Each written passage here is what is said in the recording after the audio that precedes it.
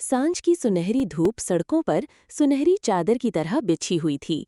इंदौर की उस शांत गली में एक सफेद रंग का भव्य घर खड़ा था, व्यास हाउस। उस लोहे के गेट पर टंगी नेम प्लेट पर लिखा था, व्यास हाउस। गेट के ठीक सामने एक दुबली पतली घबराई पर दृढ़ नजर आने वाली लड़की खड़ी थी, मीरा। उसकी आंखों में हल्की नमी थी, पर होंठ भींचे हुए थे, मानो भीतर कोई फैसला पक चुका हो।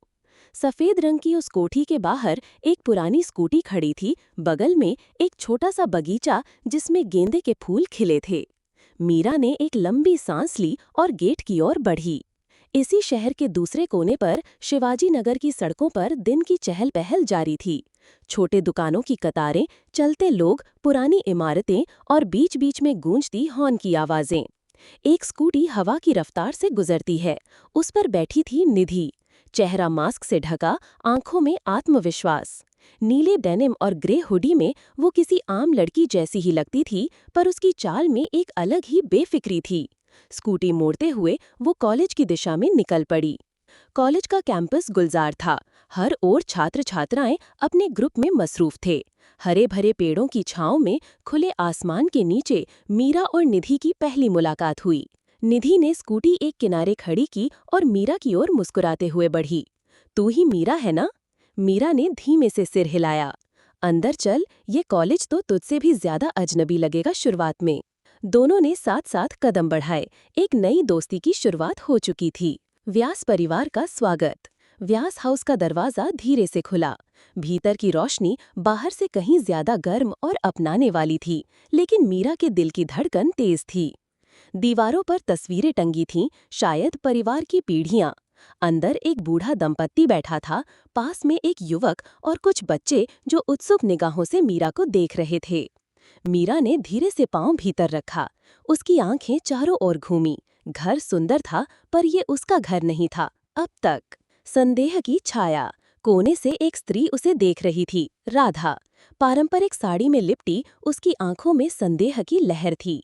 बाहें सीने पर क्रॉस किए वो स्तब्ध खड़ी रही जब मीरा ने प्रणाम किया। जन्म कौन से कुल में हुआ है, इससे ज्यादा जरूरी है कैसे निभाती है कोई, राधा मन में सोचती रही।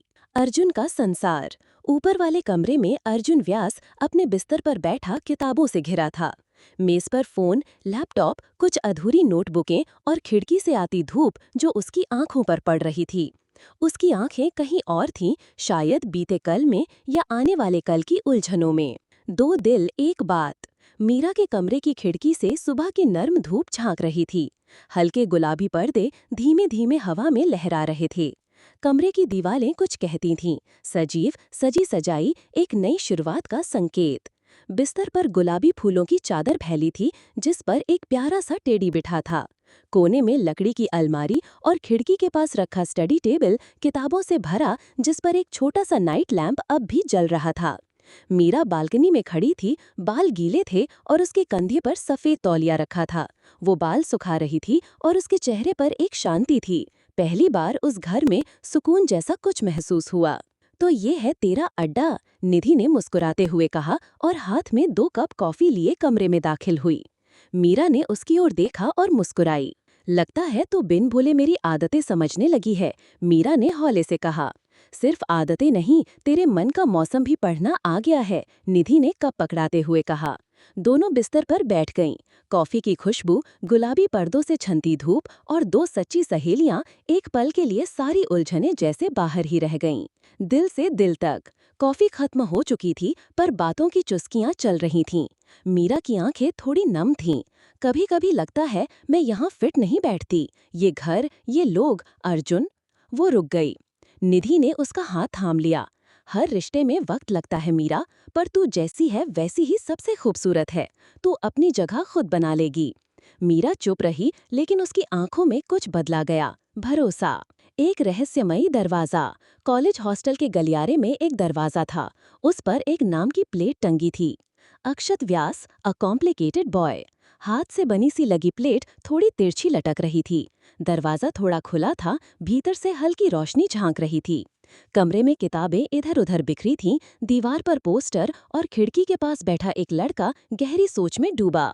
ये अक्षत था, एक पहेली, एक उलझन, एक कहानी अपने आप में। बीते पलों की परछाइयाँ, बॉबो और पूपू। कभी पार्क में गिरे पत्तों के बीच दो लोग साथ चलते थे। वो लड़का था कलकत्ता का और लड़की पूपू यहीं की थी।